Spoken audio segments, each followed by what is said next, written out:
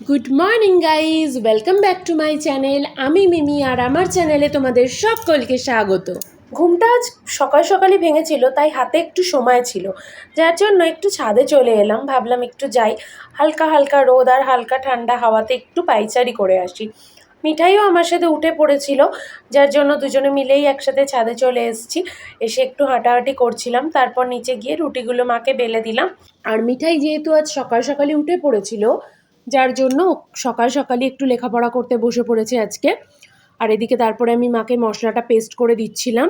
তারপরে মা টিফিন বানিয়েছিল সুজির হালুয়া, আলু আর রুটি, তো সেটাই দিয়ে দিয়েছিল, সেটা দিয়েই টিফিন সারছিলাম। মিঠাইকেও এক দু টুকরো দিয়েছিলাম, কিন্তু মিঠাই আবার সুজির হালুয়াটা খুব একটা পছন্দ করে না, ও আবার গাজরের হালুয়া খেতে পছন্দ করে, সেটাই আমাকে বলছিল। আর এত ভালো খেতে হয়েছিল সুজির হালুয়াটা, মানে এক কথায় টু গুড।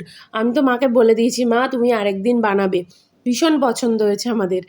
আর তারপরে দেখো, ডিমের যে ইয়েলো পোর্শনটা, মানে প্রোটিন পোর্শন যেটা আছে, সেটা একটু দই আর নারকেল তেল দিয়ে একটা প্যাক বানিয়ে নিয়েছিলাম, কারণ আমার চুলে একটু লাগাবো।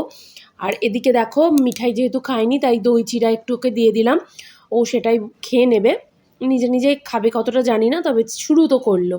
আর এদিকে দেখো, আমি তাড়াতাড়ি করে চুলটা একটুখানি কোম্ব করে নিলাম, কারণ চুলটা ভালো করে কোম্ব করে নেওয়ার পর যদি কোনো প্যাক লাগাও, সেটা অনেক বেশি সুবিধাজনক হয়।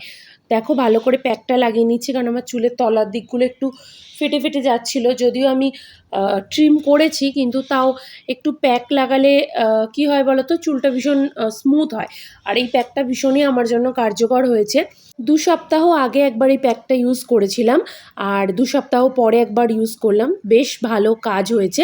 দেখো তারপর খেলো না, তাই আমি ওকে, মিঠাইকে খাইয়ে দিলাম। আর এদিকে স্নান করে এসে একটু সিরামটা ইউজ করে নিচ্ছি, তবে চুলটা কিন্তু ভীষণই স্মুথ হয়েছে।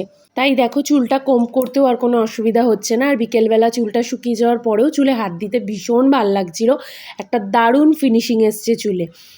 যাই হোক, চলো, 2টো বাজতে চললো, এবার লাঞ্চটা করে নেওয়া যাক।